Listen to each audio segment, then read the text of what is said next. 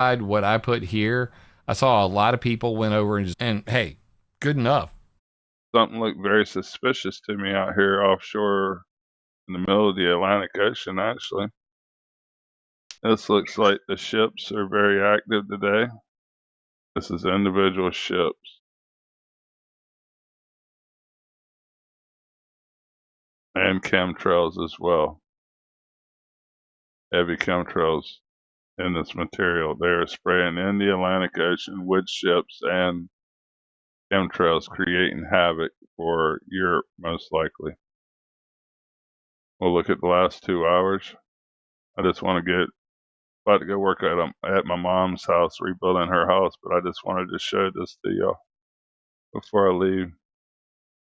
Are enormous what they're doing to our planet with ships and aircraft. The blue area of color is the lower deck, and the lighter gray is the upper deck of clouds. You can see dozens of ships working together, it looks like. Here's 1, 2, 3, 4, 5, 6, 7. There's a few couldn't do it. Now, years later, you cannot fake space. It is too amazing. I mean, they probably can now, but not in 1969. You know what I mean? Stand by. November 15th, 2020, they will remove a commercial fisherman from Twitter. The same reason I was removed from Facebook without any strikes. No warning from Twitter either. No strikes. I've never had any strikes for anything. Completely removed me from Facebook and Twitter now.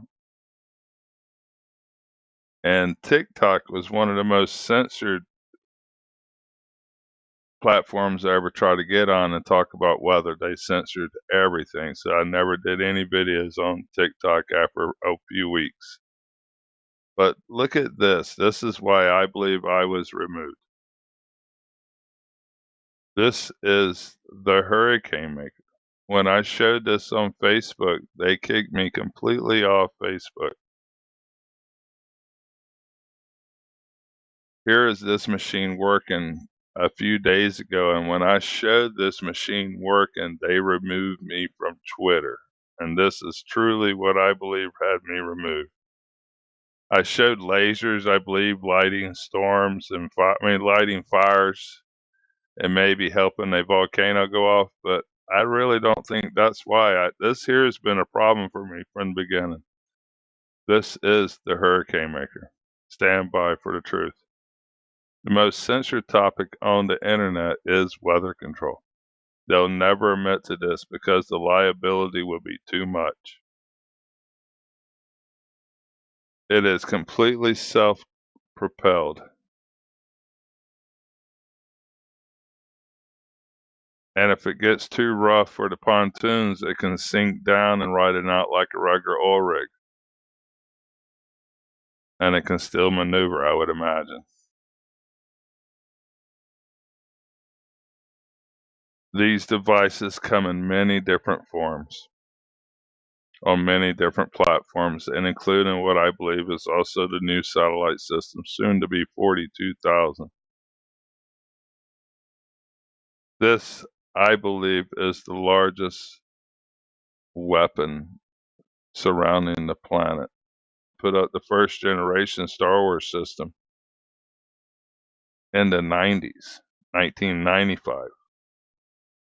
All into the atmosphere, it's going to affect wind speeds. It's going to affect cloud nucleation. An interesting thing is geoengineers are talking about how if these programs were to be initiated, which they have been, how they will have to utilize and implement weather control and determine where it rains, when it rains, and who specifically gets rain. We're already beginning to see the formation of the center of circulation. My name is Scott Stevens. I studied meteorology at the University of Kansas, and that was my first TV job was on the air was in Topeka, and then I worked in Omaha and Tulsa, Albany, New York, and then out into eastern Idaho in the Pocatello, Idaho Falls market for the last 10 years of my 20-year career doing weather.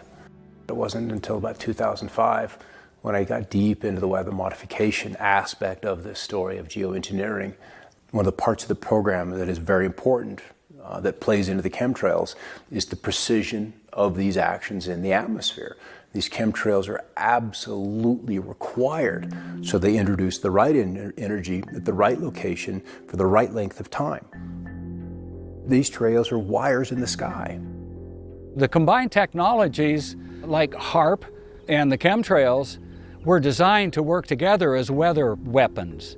HAARP, the High Frequency Active Auroral Research Project, it is filled with phased array antennas. They steer microwaves into the ionosphere where they will activate all of the ions up there.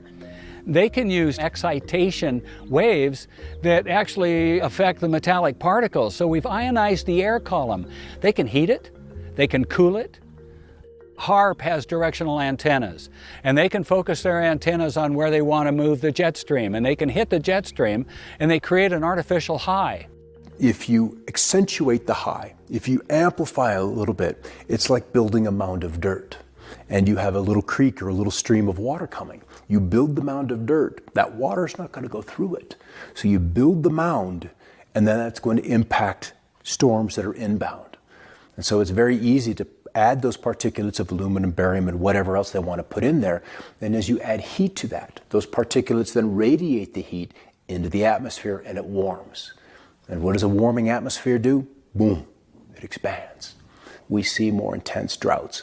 We see rainfall rates of 1 to 2.25 inches an hour, and sometimes even rainfall, 1.25 inches a minute is just unheard of. And so when you get the atmosphere capable of conducting this kind of electricity, plus the engineers, you're going to end up with weather that is extreme, and that's putting it kindly. When they move the jet stream, it then pushes up into the polar vortex. The polar vortex really can only move when there's something impacting it, like HAARP. They can heat up that ionosphere. So when the jet stream comes in, it hits that bubble and it diverts. The jet stream flow that is normal brings precipitation and brings the jet stream right into California. And then it brings storm systems with it. It brings rain. The jet stream got pushed off of the coast of California. It dried us up and took all our moisture away and pushed the jet stream north, and when it hit the polar vortex, it then was ricocheted straight down the east coast. What we've been getting, very warm, very dry conditions in California, but in terms of the Arctic and in the Midwest, it's swinging all of that moisture, all that cold air. You can kill a storm in place. That's easy to do with HAARP. You'll see the texture and the structure of the storm just melt, and it will become just this diffuse, amorphous, featureless mess. And that was one of the big epiphanies I had in forecasting. Anticipating a winter storm coming through, you've got to set forecast out that night, and you're waiting for the snow to start. You're waiting for the snow to start, and you're waiting for the snow to start, and it just doesn't. And you go outside and you see a warming zone begin to show up on the satellite loops. The clouds literally just begin to warm.